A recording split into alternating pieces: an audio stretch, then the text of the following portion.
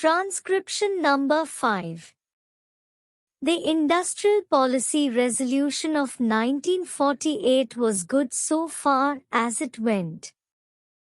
But, unfortunately, the spirit of it could not be understood or appreciated by the common man in this country. So, a new orientation of this policy was given. And the Honorable Prime Minister, after his return from China, publicly declared that the future policy of the country, or rather the future pattern of society, will be the socialist pattern. That was further emphasized by the resolution passed at the Awadh session of the Congress, and later reiterated by Shri Dhibar, President of the Indian National Congress. I am very glad to say that the spirit of it has been caught by the nations today.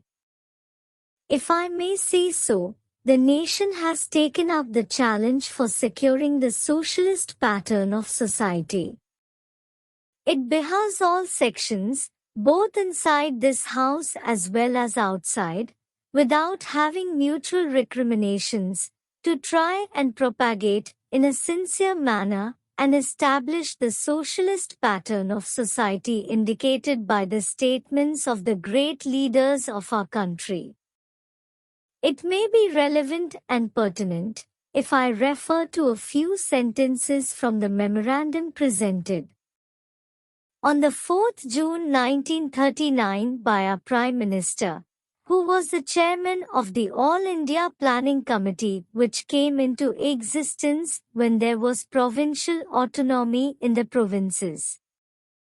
On pages 39 and 40 of that report, he stated, "It is clear that the drawing up of a comprehensive national plan becomes clearly an academic exercise, with no relation to reality unless the planning authority or those to whom it is responsible are in a position to give effect to the plan. If this authority is powerless or circumscribed or restricted and has limited activities, it cannot plan. An essential prerequisite for planning is thus complete freedom and independence for the country, and removal of all outside control. This implies that the country possesses, in itself, all sovereign authority to take any measures, adopt any policies, and form any relations with other countries, as may seem best to its governing authority in the interests of the country and its people. National independence is thus an indispensable preliminary for taking all the steps that might be necessary for carrying out the 5-year plan in all its various aspects throughout the whole country.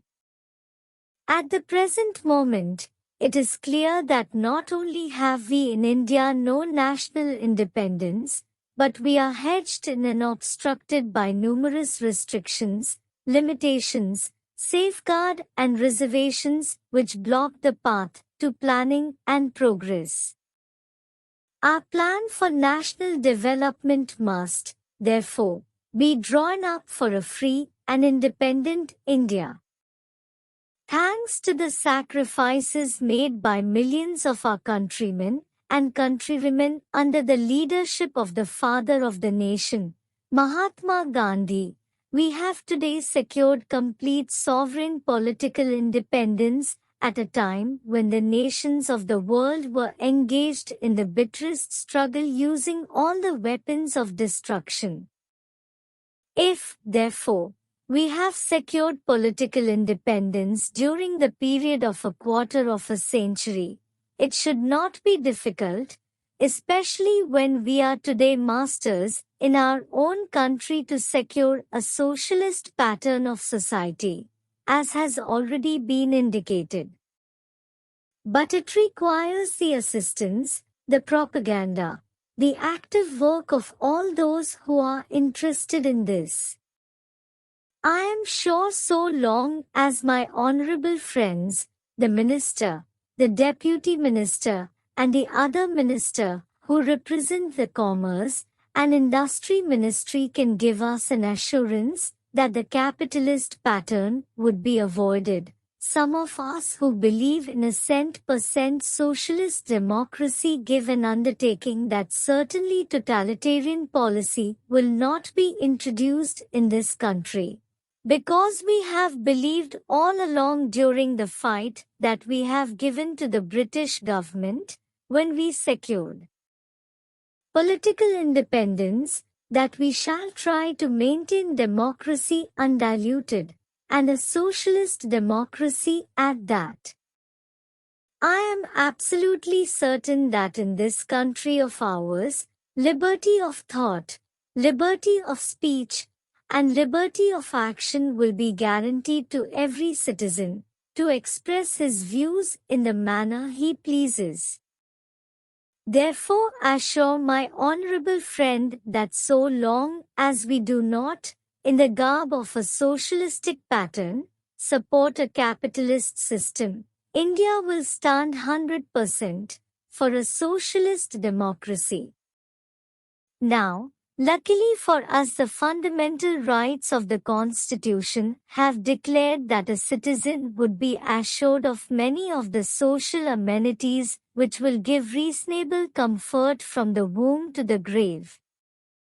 But mere enunciation, as I have said many times, will not satisfy the common man unless the saying is put into effect. I am absolutely certain, therefore, that so long as there is a determination on the part of our countrymen, we will be in a position to secure a socialist pattern of society. It is not even possible to draw up a plan on any other basis.